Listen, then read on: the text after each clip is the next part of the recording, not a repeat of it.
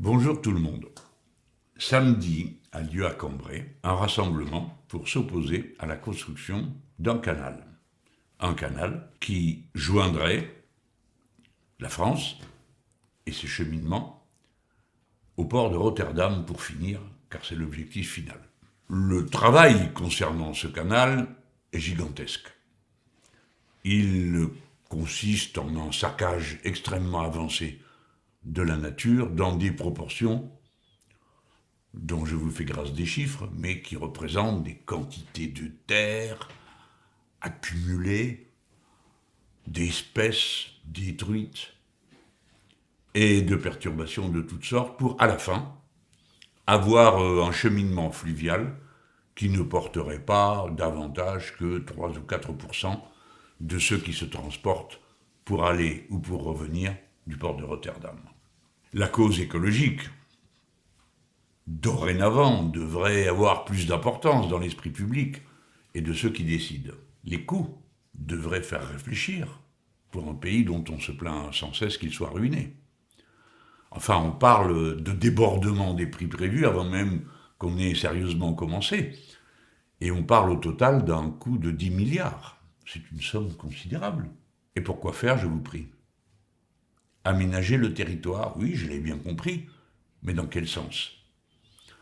Aujourd'hui, les marchandises entrent en Europe beaucoup par le port de Rotterdam. Pas seulement, mais par le port de Rotterdam, qui a, avant d'autres ports français, bénéficié de toutes sortes d'installations qui le rendent plus facile d'accès, de chargement et de déchargement que d'autres.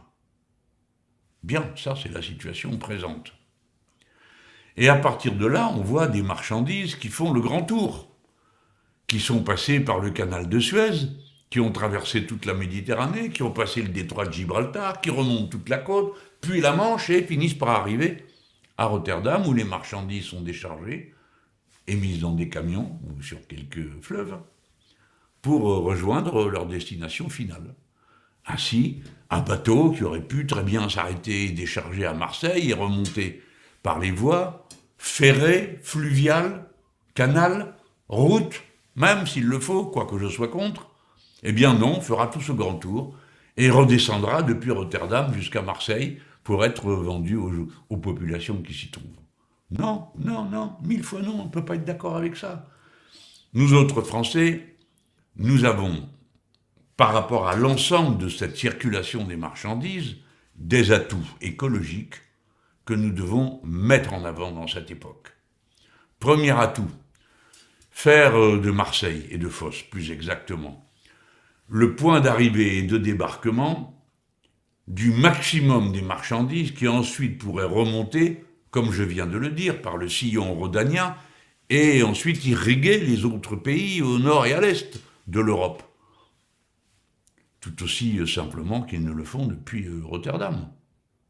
Première possibilité. Deuxième possibilité, les navires qui feraient le tour trouveraient au Havre un port d'attache, où charger et décharger. Le Havre est un très grand port français. 25% de ce qui transite par la mer et arrive dans notre pays passe par là. On y trouve des installations qui peuvent être développées. On y trouve des personnels qui ont des qualifications professionnelles de haut niveau. On y trouve une capacité à trier, dispatcher les marchandises pour les faire repartir. Et puis, lorsque l'avenir se présentera, c'est-à-dire lorsque les routes maritimes du très grand nord se seront ouvertes parce que le changement climatique fait que ces routes sont en train de s'ouvrir. Autrefois, on y passait une semaine par an. Tout ça, c'est beaucoup étendu. Dorénavant, on y passe pendant plus longtemps. Et cette route maritime par le Grand Nord réduit de 30% la distance de ces marchandises qui transitent, de 30% le carburant dont il faut alimenter les navires. Et par conséquent, le moment venu, elle va représenter une force d'attraction extraordinaire pour tout ce qui vient d'Asie et qui vient de Russie.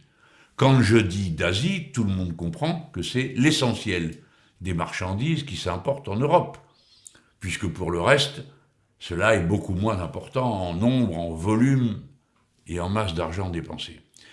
Et ces bateaux qui passeront par le Grand Nord auront une caractéristique aujourd'hui inconnue. Ils pourront être beaucoup plus larges que ne le sont aujourd'hui les porte-conteneurs, qui ont surtout à être les plus longs et les plus fins possibles pour pouvoir passer par les grands canaux comme Suez, par lesquels transite tout ce qui vient, pour nous, d'Asie. Si bien que les ports qui sont sur ces façades maritimes auront eux-mêmes à changer pour accueillir ce type de navire.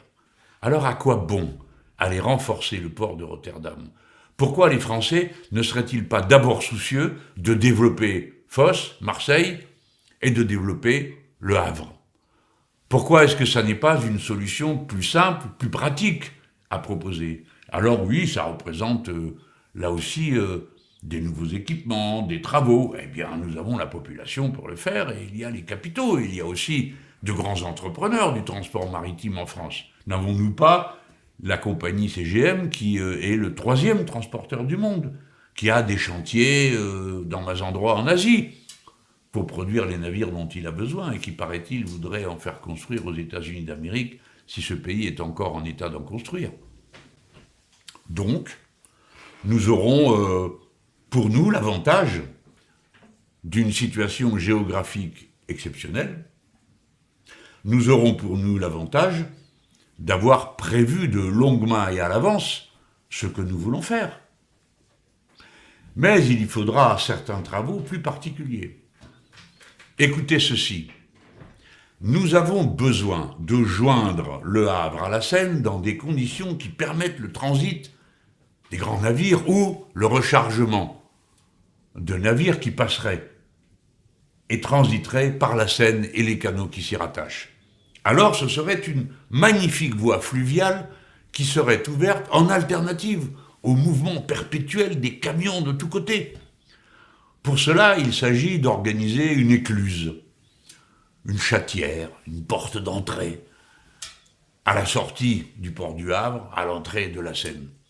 En quelque sorte, et pour résumer, Le Havre deviendrait le port maritime de Paris, car la distance n'est pas si considérable que ça. Ce serait très important et décisif pour la réorganisation du territoire en tenant compte des besoins, des nécessités de toute l'Europe du Sud, mais également d'une bonne partie de l'Europe de l'Est. Je veux dire qu'il n'y a aucune raison qui surdétermine la nécessité d'aller à Rotterdam et pour cela de creuser un canal qui coûte 10 milliards aux Français. Nous n'en sommes pas d'accord et c'est la raison pour laquelle, quoique je ne puisse me rendre au rassemblement qui aura lieu samedi, je vous invite cependant à vous y joindre, dans les conditions de calme, de tranquillité, mais de fermeté, dans la conviction qui nous appelle lorsque de tels sujets sont mis sur la table.